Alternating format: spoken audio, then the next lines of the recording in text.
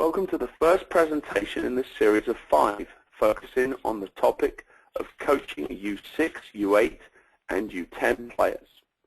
Ian Barker will present the introductory session of this Special Topics Diploma. The first session in the series is free to attend, and if you enjoy the introduction, you can register for the remaining series at nscaa.com, and the web address is on the screen at the bottom. I'd like to say a special welcome to the coaches of FC Diablos from Fresno, California, and this is the first club to take advantage of registering multiple coaches at the discounted pricing. Ian is somewhat unique, having held leadership positions with US Youth Soccer and the NSCAA, and he has had extensive experience at youth and college levels. He has coached for 21 seasons with the men's program at the University of Wisconsin and Macalester College before becoming the NSCAA's Director of Coaching Education in 2012. Ian was the Director of Coaching and Player Development for Minnesota Youth Soccer Association for 10 years and is the head coach of the Region 2 Boys Olympic Development Program. Ian's qualifications are extensive, and he holds the USSFA license, the NSCAA Premier Diploma, and the NSCAA's Master Coach Diploma. Welcome, Ian, back to the series. Thanks, David. Hopefully I have control of everything now, so we'll go from here. Welcome everybody to tonight's presentation. I'm delighted to be able to present on this topic of U6, U8, U10. This is a particular area of enjoyment and enthusiasm for me, so hopefully that will come out a little bit as we go through the session. Following my presentation as kind of a kickoff, we have 3 excellent and experienced presenters, Interator Ectomaya, Sam Snow, and Adrian Parrish. All 3 of these coaches have extensive experience coaching the U6, U8, U10 age groups with some very detailed and specific knowledge. And then my good friend, Coach Tom Goodman, will wrap up the series by way of a review. And if you participated in our first Special Topic Diploma webinar series, I thought that the review session was a particularly powerful piece to tie everything that myself and the other 3 presenters have done. So I strongly encourage you to join me in listening in on these other sessions. You can see the dates and times there on the screen.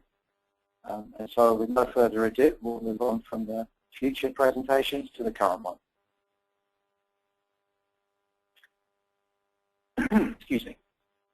Before I get going, I would be remiss if I didn't give a full acknowledgement here to the material that I'd like to present on. First and foremost, a gentleman called Dr. Tom Fleck, who was a past NSCAA president, was the inspiration and the leader in the creation of the National Youth License, which is currently conducted by US Youth Soccer. And my friends and colleagues in US Youth Soccer, Sam Snow, Dave Carr, Ron Quinn, among them, were key inspirations in putting this material together for the National Youth License. And it's one of the most inspiring and enjoyable courses I ever took, and one of the most valuable in my coach development. And so a lot of the material I'm going to cover here is inspired by that program. So again, it's important for me to give that acknowledgement both to Dr. Fleck, his colleagues in US Youth Soccer, with my sincere gratitude. So a key to what I'd like to present today that will be fleshed out in greater detail through this session, but certainly by my friends afterwards, is this notion of developmental appropriateness when we're working with the under 6, under 8, under 10s. These are not mini adults. These are young children who I think have particular needs that we must address to make sure that our soccer activity is speaking to those particular needs. Part of what I'd like to address is an understanding of how children develop based on science way above my pay grade, certainly stages of cognitive development. And throughout, I'd like to consider what is the physical appropriateness of the activities we do, what cognitively makes sense, what can the children understand and respond to, and then also consider a little bit about how they may respond to certain activities and certain environments on a social basis, which I think is an important part of recreational soccer and enjoyment for the children. So the chronological ages, I think, are a good guideline, but I don't think that they should be something that we necessarily are overly strict about.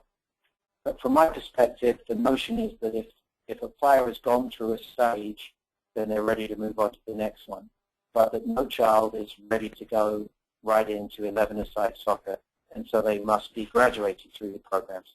Chronological age can help us in this. So this under 6 level, the selfish kind of level where the children are really concentrating on themselves a lot. They're concentrating on their ownership of their own particular soccer ball, which can challenge us sometimes as they run off to find their own ball when, of course, we understand any ball would do. Physically, they're probably having limited motor skills to manipulate the ball. The notion of getting their head up might be kind of challenging, and they might not be ready to share the ball. So again, in terms of our physical, cognitive, and social development, perhaps at the under 6 level, we're really looking at a lot of one child to one ball activity. As the children move through this age into the under 8 age or somewhere around there, now notions of best friends and pairing up with probably other children of like athletic ability and like interests means that collaboration is possible. And with collaboration, potentially, I'm sorry, I had an incoming call, and potentially being able to challenge each other in a 1 versus 1 setting too. So we might now start to reduce the soccer balls from the training and go with 1 between 2, and now children can play some 1v1. They maybe can pass to each other, and maybe they're able to keep their heads up and do some more advanced activities. And then this scary idea of abstract thought, we're really talking about ideas as, is it appropriate for a kid to stand away from the activity for the first time with an understanding that maybe the ball will spread out to them and they'll be in a better place to carry on with the ball. And so we're now starting to expand numbers and thinking about A to B to C. Certainly a way to help this is to play with multiple goals, perhaps sometimes to throw 2 balls out there and see how the kids divide up. I would certainly, though, be looking for the first time a child consciously decides to stay away from all the other kids by the ball because he or she has worked out that it's a good place to be.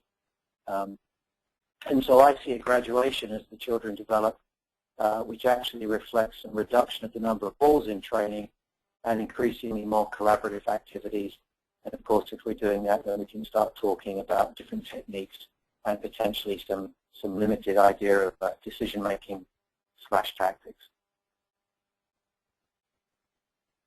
This picture's fantastic. I think this young boy is either being told and instructed all about the 6-second rule for goalkeeping, or he has wandered outside of his area, and this helpful referee is explaining to him why he's somehow broken the rules of soccer. But the young man looks certainly confused, for sure. Anyway, in regards to the under 6, under 8, under 10, there are 6 key principles which I think are worth building our understanding of coaching at this age group on. And so notions of developmental appropriateness, which I will go into more length, making sure that the space we use is not only safe but appropriate for the activity, developing our activities in a way that the children can get well grounded in them, and then we can ramp up the level of complexity. Certainly in our delivery, making sure that the way we deliver to young children is clear to them, it's relevant to them, and that we do it in a way which is concise, that they can take the information on board. So certainly looking to avoid too many lectures to under 6, under 8, under 10. Every activity we do, if it's all possible, to make sure there's some degree of decision making and some opportunity for the players to express themselves and their understanding of the activity and problem solve. And then the final principle is making sure that it's soccer relevant. And I'll come back to this a couple of times, but the notion here is that sometimes we end up playing a lot of activities and we have a very fun and enjoyable environment, but then we struggle to find out where there's a soccer component. And certainly as we go through these activities, I'd like to stress the soccer element throughout. So to help our audience and to give the audience hopefully some value, I've identified 6 activities which we will go through. You'll see the diagrams and I'll explain how the activities work. And each one of these activities is great in of itself, but I'm going to use each one to stress one of our 6 principles. So you can see how they line up there.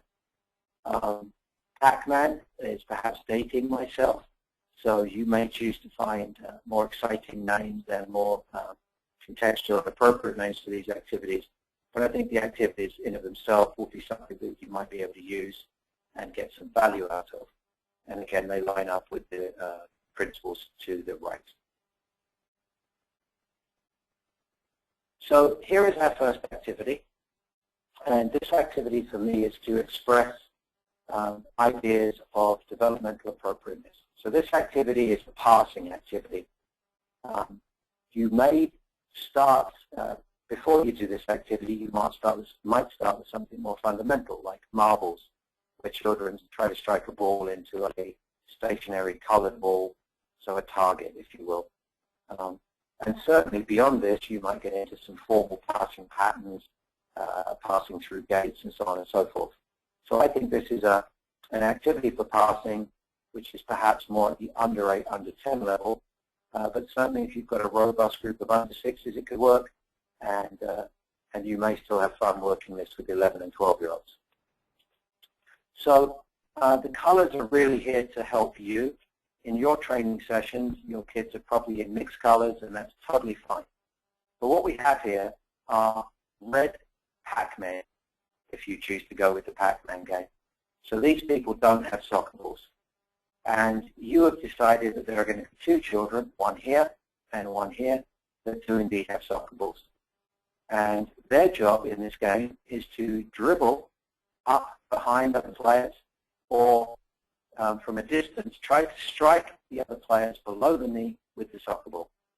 If that happens, the person who is struck joins this team and runs out to fetch another ball. And so we've got dribbling and passing here from these 2 players. We've got avoidance from the Reds. This young Red has been hit, so he or she is now running out to get the ball. And so increasingly the activity becomes more complex as there are more players with balls. I like this activity because it talks to the players about trying to get close.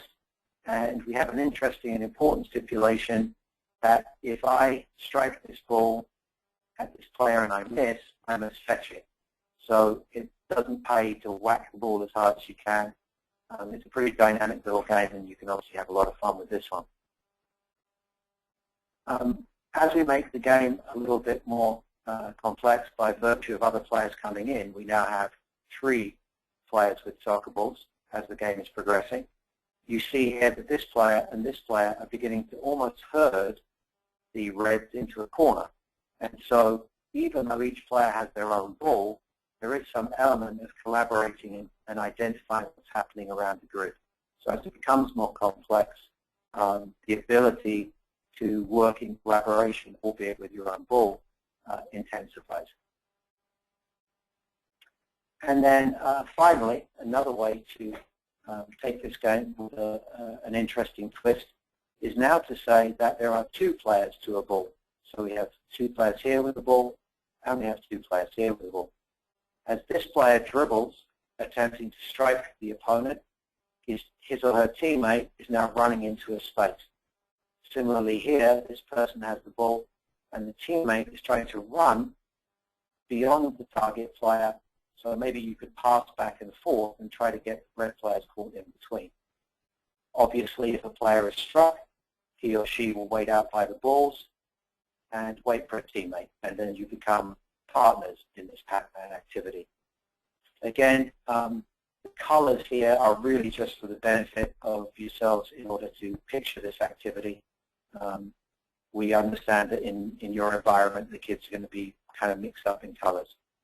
Certainly when you receive at the end of the presentations, the manual that goes with this webinar series, not only will you have the pictures of these activities, but you will have a written description of what they do and how to use them. So there'll be certainly supporting material here if you're not quite understanding it all right away. This is a really fun activity, but the reason I've used it here is because very often if you explain an activity like this to the children while they're sitting down, and then after a couple of minutes you try to get it going and you set it up and then you walk them through it, you're wasting a lot of time. So what I like to do with this activity is really create the picture that you see right now. And then once the activity is set up and I'm here, the coach, I've got the 3 goalkeepers on a 3-sided goal. So there are 3 blue goalkeepers. And this player here is the one we call the Bandit, the one defender. And then you're playing against 4 red players, and those red players have 2 balls between them. And the activity is to see how many goals the red players can score through the triangle goal. The one defender, or Bandit, can try to help the goalkeepers, and as these red players are playing now, it's an idea of you shoot through the goal here, and if a teammate collects it on the other side, he can immediately, or she can immediately shoot it back. So this is a very fun activity, lots of shooting, but you appreciate it's quite complex in the setup. You've got to explain triangle goals, 3 goalkeepers, defenders, and then how you can score. And I believe that you do this most effectively by putting the children in the environment, letting them feel the environment, and then moving on. I believe that if you just explain this verbally, it'll take too long for the kids to understand. So taking our Bandit game a little bit further, what we see now is players moving in anticipation of maybe a ball getting shot through. So maybe this guy's moved a little bit far, but you can see the ball's going to come through here. You can see how this Bandit or defender has put pressure on the ball. So there's the pass been made. And so you now start to understand how all 4 of these red players can be actively engaged in trying to keep these 2 soccer balls alive. And this is something that as you play a few rounds of the game, players start to pick up on this notion of moving without the ball and getting into position to receive the pass or the shot. And then just a final tweak on this activity that I think is critical, and if you don't remember it, you certainly will after a few activities. If the blue player, the Bandit, or the goalkeepers save the ball or win the ball, it's their responsibility to give it to the coach. So they must give it to the coach. If you let the goalkeepers and the Bandit throw the ball away, there's a lot of chasing of balls as they run down the street and disappear. So to keep the game a good flow, the Blues must get it back to the coach, and the coach then can make a couple of decisions. He or she could just play it into a space to encourage the Reds to move, or let's say this young child over here is perhaps not so engaged, coach might decide to serve it to this child so they at least get involved in the activity. And so now the coach becomes a little bit of an arbiter of making sure that the Reds are getting an equitable experience and making sure the challenge is good. Obviously, after a while, we switch the 2 teams. So that's Bandit, a somewhat complex game, but really easy to explain to children if you put them into the environment. And so before I go to activities 3 through 6, just a little break here to go over some of the things that I think as a U6 or U8, U10 coach you should consider in planning and then certainly evaluating your session at the end. So I like to bookend the experience with some preparation and planning and then certainly some reflection. Some of the things I would be considering would be, did the children seem to have fun? Was it a safe environment? So they certainly felt physically safe. And was there a degree of learning so that potentially each child could reflect on something new they learned or something they perfected? Now, I certainly wouldn't use the word competence with a U6, but this is an adult word that we're using for the purposes of this presentation. And I would want to make sure that the child, each child felt that there was some degree of challenge and some degree of improvement, however they understood that. We certainly obviously want to make sure that all our children are physically involved. It's not too difficult to get a group of U6 and U8s and U10s to run around. So sometimes we sit them down because we're afraid of the chaos that seems to be ensuing. Sometimes we get frustrated because they've got physically very tired and then they need a break. But that's okay because they're going to bounce right back up. So we just want to make sure they're physically involved. Certainly a degree of cognitive engagement. Ask them some questions, pose some different challenges in the activities in an appropriate way, and even see if you can get the children talking amongst themselves and coming up with potential solutions or way to play the game. And we'll see this in one of the activities. And then social interaction. I would argue, and I think the research argues that at the under 6 level, we have to be a little bit careful about asking them to partner up and being overtly social. But certainly as we get into the under 8 and under 10 levels, we can have best friends, we can have partners, we can have teams, we can create opponents. And so that level of social interaction with you and also with the group is critical. Always making sure our communication style is effective. So perhaps unlike the referee talking to the young child in the previous pictures, that might mean getting down on your knee and talking to kids at their level. It might mean losing your sunglasses. It might mean turning your baseball cap backwards so they can see your eyes. It certainly may mean using vocabulary which is interesting and exciting and stimulating for children as opposed to a very formal adult vocabulary.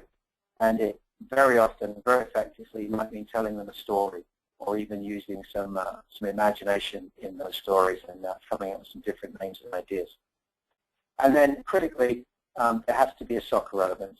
So if you're applying an activity that you believe in and some parent comes and challenges you as to why we're applying it, you can always point to a degree of soccer relevance in that activity. And we'll cover this a little bit more.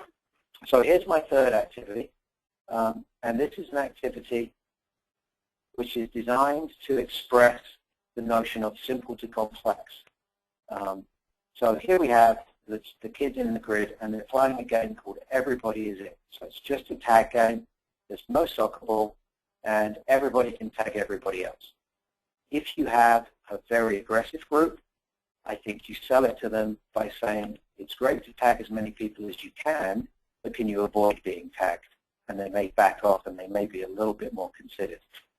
If you have a group which is a little bit shyer, maybe you encourage them to see how many tags they can get in an allotted time. So you can ramp up the degree of engagement or ramp it down with the kids. But it's just a straightforward game of Everybody's It. And it's a wonderful little game because you get the kids changing directions, changing speeds, keeping their heads up, and of course having fun, because who doesn't enjoy a good tag game? Now we take the tag game because the kids have seen it, they understand how it works, and it's the same game, but now each child must manipulate a soccer ball. So you can tag everybody or be tagged by anybody, but you have a ball. We can ask the kids to keep their heads up when they dribble, but if we ask them to dribble around cones or in straight lines, there's no reason to keep your head up. In this activity, there's all the reason in the world, and all the changing of direction and changing of speed applies here. And then certainly you can talk about technical skills of dribbling if you choose to, or you can just let them enjoy the game. And the contention would be that this activity will look sharper and brighter quicker because you've allowed them to experience the notion of Everybody's It previously. And then finally, the most complex aspect of this development is the game Hospital Tag. And so what you see here are these three cones marking out a hospital. So there's 2 hospitals. And the way the game works is that if I get tagged, I have an injury, and I have to put one hand on that injury like a Band-Aid. If I get tagged a second time, it's a second hand on the second wound. So now I have to dribble with my hands pressing down on these injuries that I've received. And I can take my hand off to tag somebody else, but I've got to go back to dribbling with my Band-Aids on. At the point where I'm tagged a third time, I must go to the hospital and perform a little ball tap or whatever the little penalty is. When I've performed the penalty or when I've performed the remedy to the 3 tags, I now come back out into the game as this child is doing. And they're, both my hands are free and I'm ready to go. And what's a nice part of this game is that perhaps I may be sent to the hospital fairly quickly, but when I come out, other kids are now dribbling around in a different state, and so I might be able to go after different kids. But the bottom line of this progression is this notion of simple to complex. And so I think hospital tag, coming from everybody's ear, I think is a good way of explaining it. My fourth activity that I'm demonstrating here is also used to demonstrate or suggest the importance of a good space and a sensible safe space. So in this activity, we have 4 gates marked by the white cones. This gate is closed because there is a young child standing in it. This gate is closed, but this one and this one are open because the players are to the side. Gates will open and close based on the demand or command of the coach. So the coach may say switch, and 2 gates will close and 2 gates will open. The challenge for the Reds is to dribble through as many open gates as possible in the allotted time. And we may allow them to dribble from this side and dribble, obviously, from the inside out. And so the challenge for the Reds is to find the open gates, dribble with their heads up, dribble, hopefully some dynamic turns, twists and changes of direction, and off we go. So it's a nice little activity and quite a lot of fun. My challenge in this particular setup is the gates are kind of far apart. So this is a lot of straight dribbling and not as much dynamic activity around the gate. So it's a sensible space, it's a safe space, but I think we can do better. So what we do now is we simply move the gates in. Now the Reds are in a much more confused area because there's a smaller space and the players are running through it. But now there's a lot of hitting a gate, turning back, hitting a gate and turning back. And there's a little bit more space behind to stay within bounds. So this creates a much more dynamic and challenging environment for the players simply by virtue of the fact of moving the gates in. We are always mindful as coaches of making the space a little too small or a little too big. But I think for this activity where I want to get turning, making the space a bit tighter is the correct decision. And then the third part of this game, here we've put in a defender in yellow. Now again, this is simply for the purposes of this demonstration to you as the audience. I appreciate in your own environment, these kids could all be the same color and that would be just fine. So now the challenge for the Reds is not only to dribble through each other to find the open gate to make lots of turns, it's to be aware of this defending player. And you can play it any number of ways.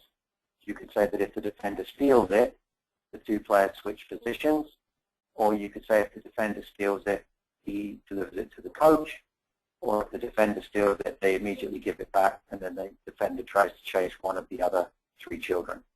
But the whole idea here is to increase the degree of complexity for the Reds by making the space tighter, and then subsequently potentially putting in this defending player, and that is gatekeeper. My 5th activity, steal the bacon, again might be a little antiquated, so you can come up with some different names.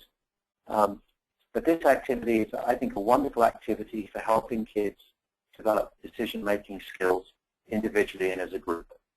And so this activity works with 3 soccer balls starting off in each base. So there's a yellow team, a blue team, and a red team. And when the coach says go, players must either try to keep the soccer balls in the grid or run off and steal other soccer balls. And when the coach says stop, the total number of balls in a grid is the score. So currently it's 3, 3, and 3. But as you can appreciate very quickly, this dynamic will change. Here we see in this game, at the point where the coach has said go, 3 different interpretations. This red team has decided to protect their 3 soccer balls. The blue team has decided to all run off to steal balls, but left their balls unprotected. And the yellow team has got a more blended approach for somebody trying to protect and a couple of players trying to steal. I think we could critique all these decisions with the players. So we would let this game go a little bit, and then we would suggest to the players, these different approaches, and then, and this is the magic of an activity like this, give them a 15 to 20-second period to huddle up as a team and come up with their next strategy or approach to the game. And I absolutely guarantee you, you will see the children enjoying the opportunity to make the decision as a team, and then you will see different approaches. So I guarantee if we played this a second time, having given the kids some review and then some ability to talk about it, the blues would have a different approach, the yellows may stay similar, and the reds would certainly have a different approach. So great for decision making. As we continue to play short 30-second, 90-second bursts of this game, every time we stop the activity, we review the score, I would start to build in an understanding of other potential decisions they could make.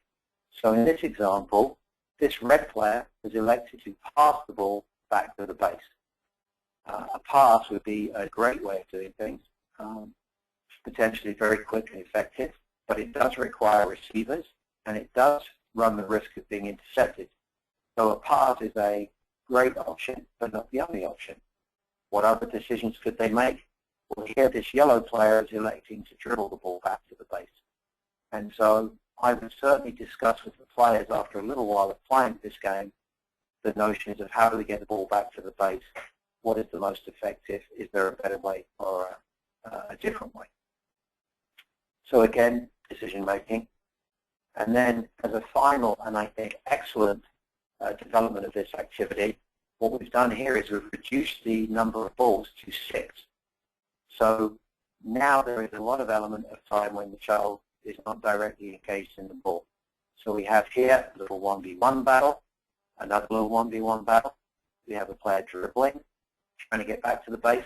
We have a passing, receiving sequence. And so quite clearly you see that as we reduce the number of soccer balls in the activity, there becomes a greater degree of complexity and a greater degree of things that we as the coach can address with the players in regards to their decision making.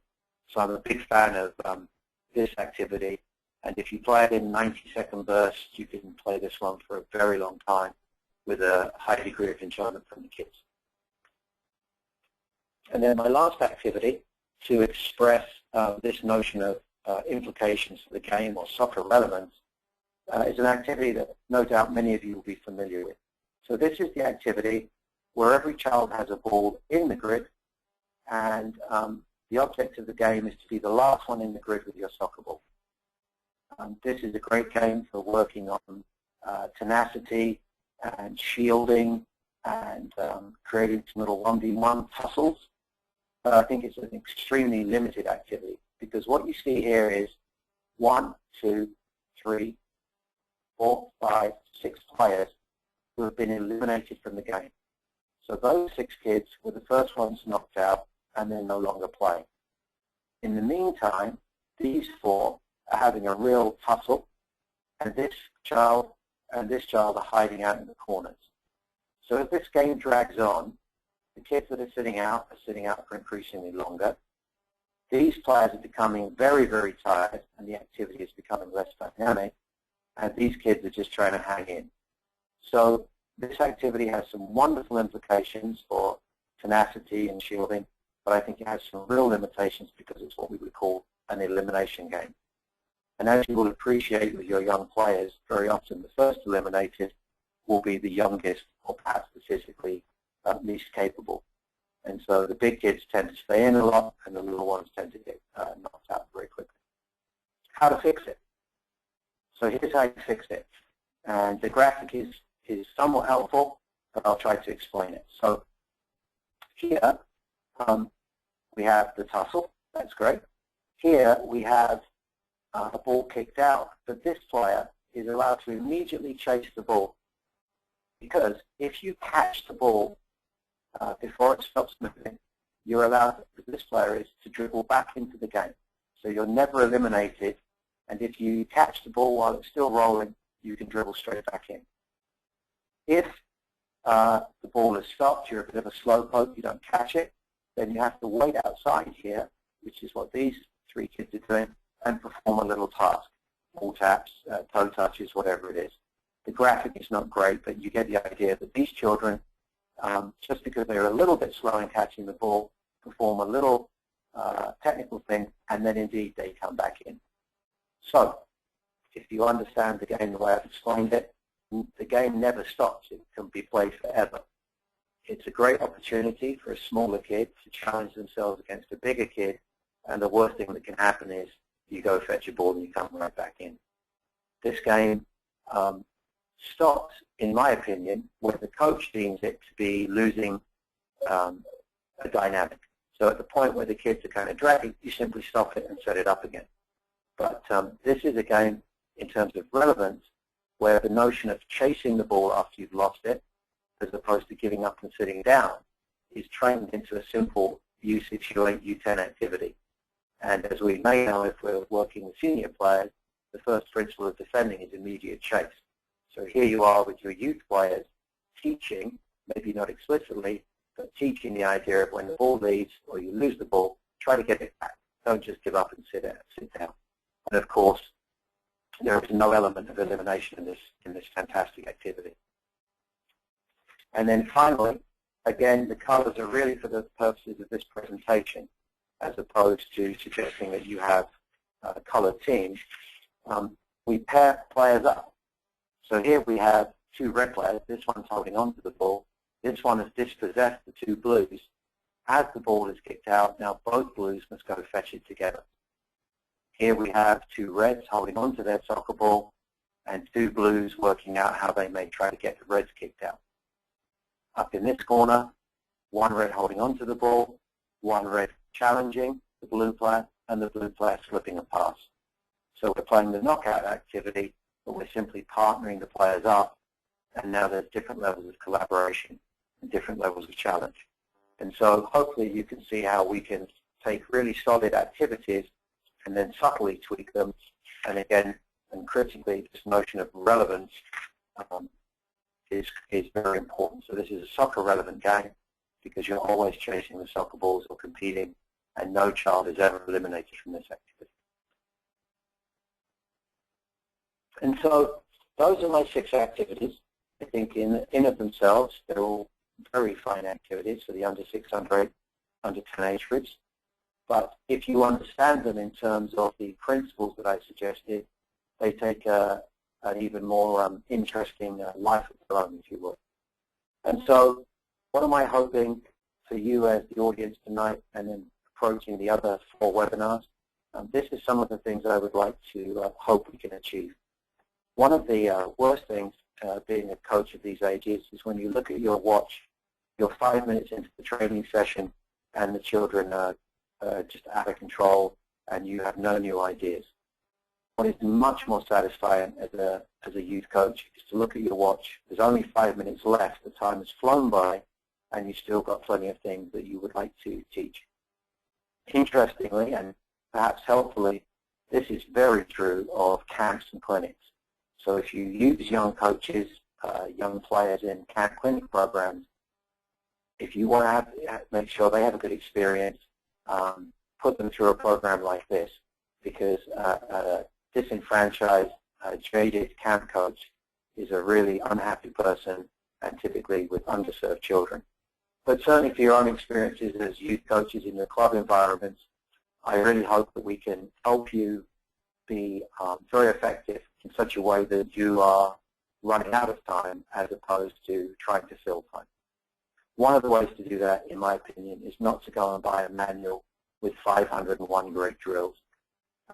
I would much rather see you identify a handful of activities that you like and that you understand how to maybe tweak up in terms of levels of complexity, and that you can go back to that well of activities time and time again. Because with this age, we're not doing a single progressive training session on a theme. We're actually throwing out a number of different activities with managed and frequent breaks, so the breaks match their physical attributes and certainly their cognitive abilities. I think critically with our kids, it's important that they feel these 3 C's. And so you express care for these children by knowing their names, knowing a little bit about their backstory, and certainly expressing your interest in each and every child. Competence, can they leave the training session being able to point to some things they learned or some things they got better at? I think every child should be able to go away with that feeling. And then in their activities, in the way you engage them, are you giving them options and choice of ways of solving problems and looking at the activities differently? So very much mindful of not having drill activities, but having activities where there is, I would say, by inference, this notion of choice. We certainly can measure the success of our youth programs by the children coming back week from week and season from season. So I think you look at your UA program and see how many children are retained in the U10 program. And we want them to come back for soccer reasons. And so consequently, whilst we want to have juice boxes and cookies and end-of-season trophies, we want to make sure that they enjoy their soccer ball, they enjoy their coach, they enjoy their friends, and that increasingly they're developing an intrinsic love of soccer as they have so many other options to find things that they enjoy. And then critically, here, these last two bullets, they're in this order consciously because I believe strongly that if you can have fun with it, then it will become fun for the children. So if you go into it with an attitude where you feel prepared, you feel empowered to have some fun with the kids, to try some different activities, to play some tag games, to play some maze games, if you feel good about what you're doing and you're not looking at your watch hoping it's over, but looking at your watch and wishing it wasn't over, then I think almost certainly it will become fun to the children. So that's a lot of information. I stayed right in the middle of the amount of allotted time that David gave me. I hope you can sense my enthusiasm for this topic. And I'm going to turn it back to David. And I really appreciate the many hundred of you joining in. And I hope there was a little something in here for everybody. Thanks, David. Thanks, Ian. Okay, so we're going to turn to your questions in just a moment, and certainly we've got a lot coming in. Over the course of these next couple of minutes, please send them in. We won't get a chance to answer them all, but all of them will appear in the manual at the end of the course. So within 10 to 15 days after the last session, we will provide those people who sign up for the entire course with the manual that includes all the questions and answers by Ian. On your screen is a graphic of Soccer Coach Weekly, our presenting sponsor. If you haven't already received 4 complimentary issues of Soccer Coach Weekly for all of your coaches in the club, then Danielle will be in contact, Danielle McCarthy, and she will set up for you for all of your coaches to receive 4 complimentary issues of this wonderful Soccer Coach Weekly magazine. In front of you right now, there are the graphics of the front cover and a couple of internal pages from the Attacking Principles manual that we just finished that course. As you can see, in the middle diagram is an overview of the session. So we summarize the session, and then we answer the questions, and included are all the activities with descriptions on how to use it, how to set it up, how to play it, and some useful tips. So that will be given to everyone who signs up for the entire package. If you haven't already done so, you can sign up at nscaa.com/education, and you'll find where to sign up. So let's go to a few questions. Ian, we have quite a few coming in, and I'm going to turn straight away to Jeff's question. And he asks, should coaches use the progressive method with such concepts as directional play, multi-directional play, and the use of goals and zones throughout the session? And to give you a bit of context, he sent this question in after the first 3 sessions that you presented. Okay. I think that with under 6, under 8, under 10, you could use notions of trying to dribble into a zone. You certainly want to bring goals in at some point. Yes, a progression in as much as maybe the first time it's non-directional, they're just getting to experience the ball, maybe you have some cones or gates to dribble through, and then very quickly you say, okay, now we're going to put goals in, or we're going to put a zone in, or a target or something. I'd be comfortable with that. But I'm thinking of a progression within probably a 10-minute period, so no more than 15. Whereas a progressive training session for a college player, a high school player, would be a 75-minute, 90-minute time with some of the elements of progression I think Jeff is alluding to. What I would be doing is making some subtle progressions, but important progressions, but in a very short period of time, essentially in a single activity. Paul asked a question, in the activity hospital tag, do the children who are tagged sit out of the game? No, and I apologize for not making myself clear. So when I'm tagged by somebody with their ball at their feet, wherever I'm tagged on my body, I place my hand on that tag to suggest that I've put a Band-Aid over it. And I must dribble now with one hand pressed against somewhere on my body. If I get tagged a second time, that applies again. So now I'm dribbling with both of my arms essentially pressed against me. I can reach up to tag people, but I've got to cover my Band-Aid back up. The third tag eliminates me immediately from the game in as much as I go to the hospital. But when I do my 3 ball taps, I come back out again and I'm cured. So that game, the hospital tag game, never ends for any player until the coach says, okay, kids, let's take a break. So it is very much an activity where they would be active all the time. Let's go to a couple more, hopefully I pronounced the name correctly. Zaruhin asks, how much repetitions are preferable for all drills according to the age categories? I think that repetition frequency with this age group is very often based on what the audience will take. So if you've got a particular game that you like to play, like the gatekeeper game, where 4 of them are standing in the gates and 4 of them are doing the dribbling. After 30 seconds, you switch those roles, and you see how many switches you can do. You may be able to play gatekeeper 2 or 3 rounds, or the kids may kind of shut down on it after a couple. So this is where it's key to have a number of activities in your back pocket, because on any given day, either you or the kids are not going to find a degree of enjoyment in an activity. But I don't think the frequency is based on the coach's determination.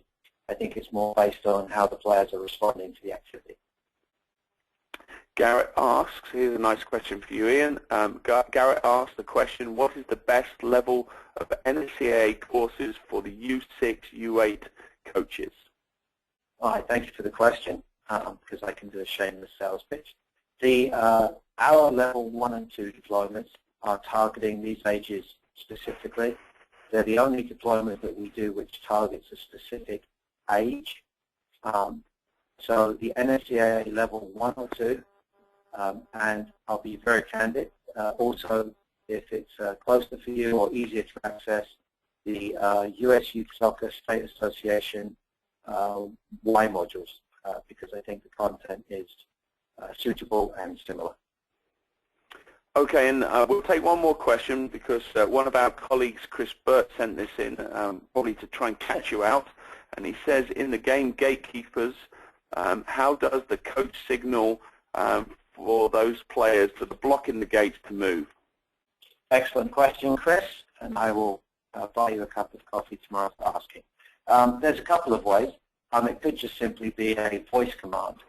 So he or she says switch and the kids do it. What is a really interesting way, though, is that the gatekeepers must look at the coach, and the coach will point to them specifically to one kid at a time. And then those children will change their orientation. If you start doing that silently or with the pointing technique, the players with the ball, the ones who get it, will start looking at you or looking at the coach. So then, if you want to progress it as a coach, you start moving around the grid a little bit. And so if the players with the ball are starting to quote-unquote cheat by seeing what you're doing, they've got to try to focus on you. So there's a number of different ways of doing it. So it could be a voice command, it could be a physical command, a pointing, And it just changes it every time you play. So it's a great question in as much as it's an example of how the coach can manipulate the environment a little bit and ramp up and change the degree of challenge or the degree of expectations on the kids.